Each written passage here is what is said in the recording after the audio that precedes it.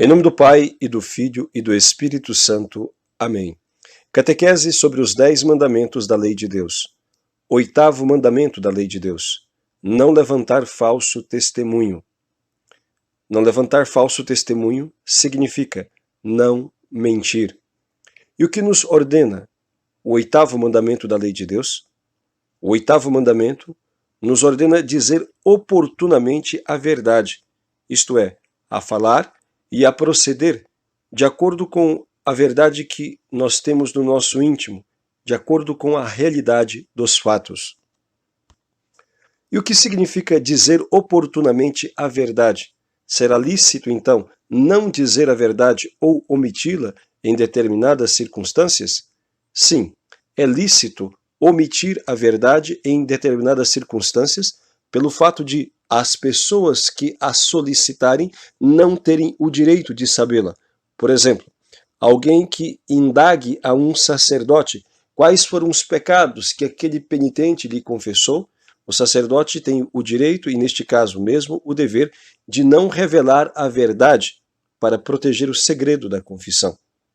Ou, por exemplo, se alguém te indaga, se alguém te pergunta algo a respeito de sua vida ou da vida de outra pessoa, que esta pessoa que indaga não tem o direito de saber, você pode, então, omitir, não dar-lhe as informações solicitadas, não dizer nada a respeito. Nós não podemos mentir, negar a realidade, mas temos o direito de não dizer as coisas que sabemos se quem nos pergunta, quem nos solicita, não tem esse direito de obter tais informações. O que mais nos ordena o 8º mandamento da lei de Deus? Nos ordena também a prática da correção fraterna. O que significa correção fraterna?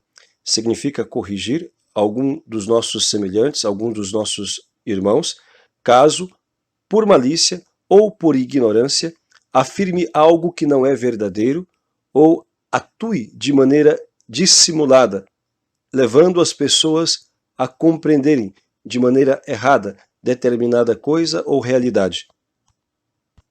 Por exemplo, se um irmão da nossa fé, ou mesmo um sacerdote, afirmam que Jesus não está realmente presente na Santíssima Eucaristia, nós devemos proceder à correção fraterna e dizer que, de acordo com a nossa fé católica, divinamente revelada e assim ensinado pela Igreja, Jesus está realmente presente nas sagradas espécies que foram uma vez consagradas na Santa Missa pelo sacerdote. E assim por diante. Quando alguém faz ou afirma algo que não é verdadeiro, ou simplesmente nega uma verdade, diz ser falso algo que é verdadeiro, e nós estamos presentes ou sabemos desta ação, se podemos, devemos proceder à correção fraterna, para que se reponha a verdade e as pessoas não sejam induzidas ao erro. O 8º mandamento também nos ordena proceder à denúncia do erro ou da mentira ou da impostura, caso a correção fraterna não funcione. Se você adverte o seu irmão de algo errado que ele está dizendo, de uma mentira que ele está afirmando, ou de uma atitude errada que está tendo, e ele não se corrige, então ele deve ser denunciado para a competente autoridade. Por exemplo, se a mãe proibiu o seu irmão de jogar videogame porque deve estudar para as provas, e o seu irmão está fazendo escondido e você não consegue dissuadi-lo, tirá-lo deste erro de desobediência depois de ter advertido, e o seu irmão não ter te escutado, você deve então dizer à sua mãe, ao seu pai, que o seu irmão não está obedecendo. Ou se, por exemplo, em sua empresa, alguma pessoa está roubando e você sabe disto, você deve dizer, deve persuadir este irmão, se assim é conveniente, que corrija a sua atitude. Se não for conveniente, ou se aquela pessoa, tendo escutado a sua advertência, não se corrige, o ideal é que ela seja denunciada, a fim de que o erro não se prolongue. Claro que o ideal é convencer as pessoas que erram a apresentarem-se a quem de direito, à autoridade, e denunciarem-se a si mesmo. Mas, se assim não procede, cabe àquele que presencia, àquele que sabe do delito, denunciar o erro para que seja corrigido e outras pessoas não sejam prejudicadas. O 8º mandamento nos ordena ainda interpretarmos sempre da melhor forma possível as palavras e as ações do nosso próximo, e não julgá-los de maneira temerária. Por exemplo, se vemos um senhor conversando com uma moça, então devemos pensar sempre o melhor. Não devemos pensar que este tem malícia ou que aquela outra tem más intenções. Os que assim procedem, pensando o mal do próximo, cometem pecado contra o 8º mandamento. Nos ordena este 8º mandamento interpretarmos da melhor forma possível as ações e palavras dos nossos semelhantes. E o que nos proíbe o 8º mandamento da lei de Deus? O 8º mandamento da lei de Deus nos proíbe a mentira, que significa negar a verdade a respeito de algo, falsificar a realidade, dizendo que alguma coisa verdadeira é mentira ou afirmando ser verdade alguma coisa que é falsa. Nos proíbe também o falso testemunho, acusar alguém de algo que esta pessoa não fez, ou apresentar-se a si mesmo ou outras pessoas de forma falsificada, de forma enganadora, sendo aquilo que não é, parecendo aquilo que não é. Também é falso testemunho querer passar por aquilo que não é.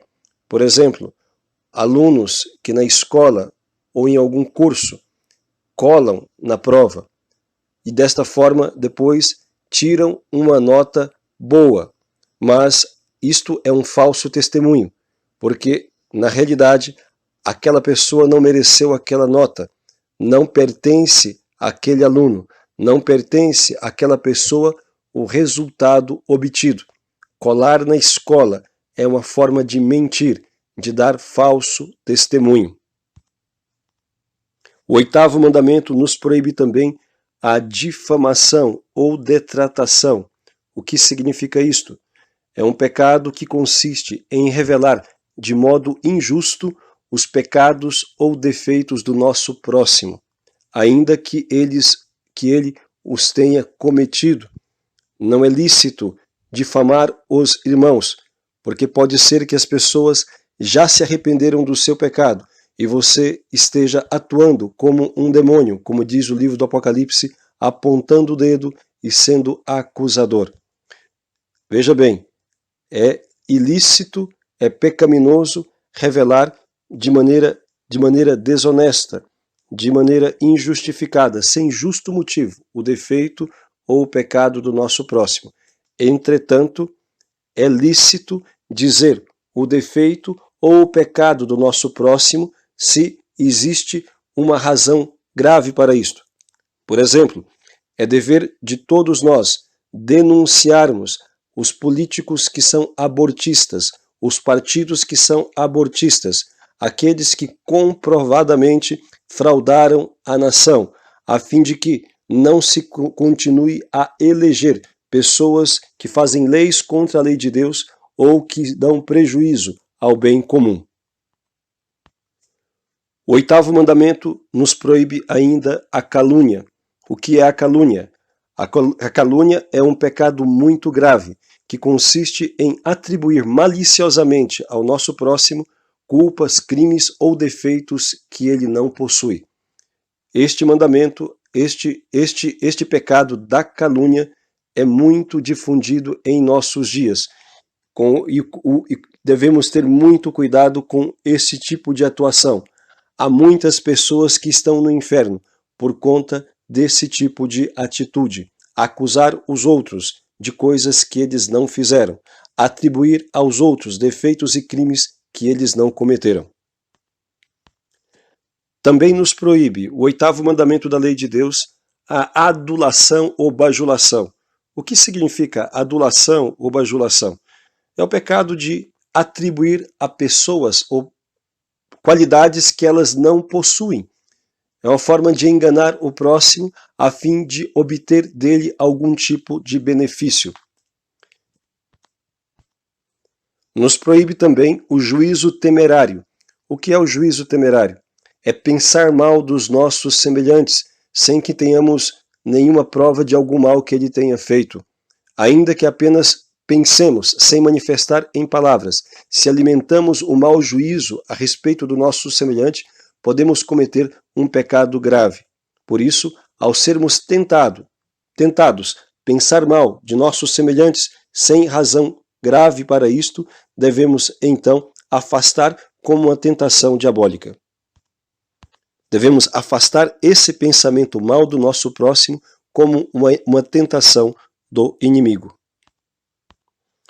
Nos proíbe ainda o 8º mandamento, a hipocrisia, que significaria basicamente em querermos ser vistos como aquilo que nós não somos.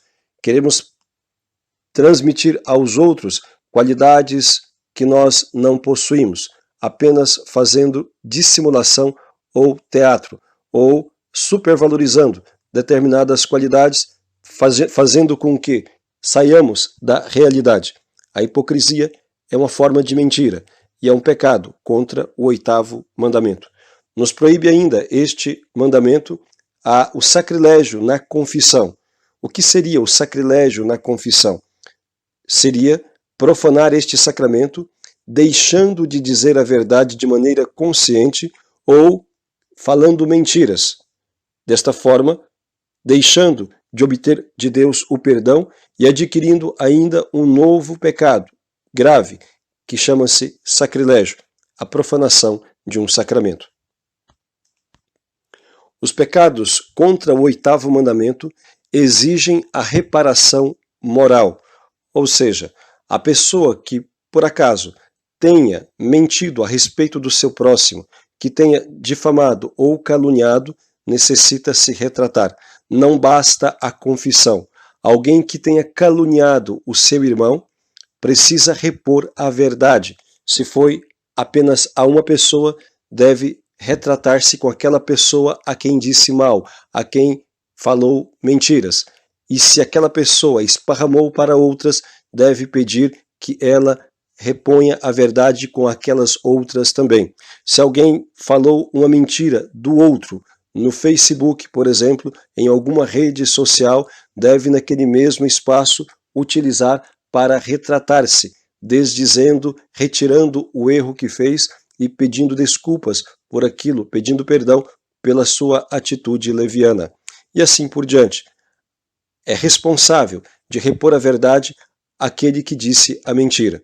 É responsável de reparar o mal aquele que manchou a imagem do seu irmão.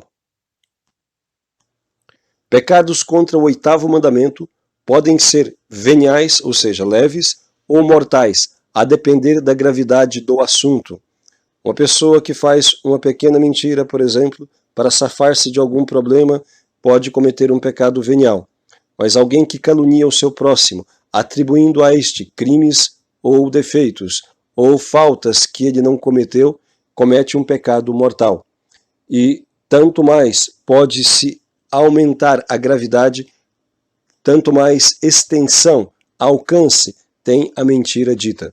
Portanto, é preciso vigiar muito, e no caso de ter caído contra este mandamento, é necessário fazer sincera confissão, pedindo ao sacerdote a penitência adequada e buscando de sua parte fazer a devida reparação.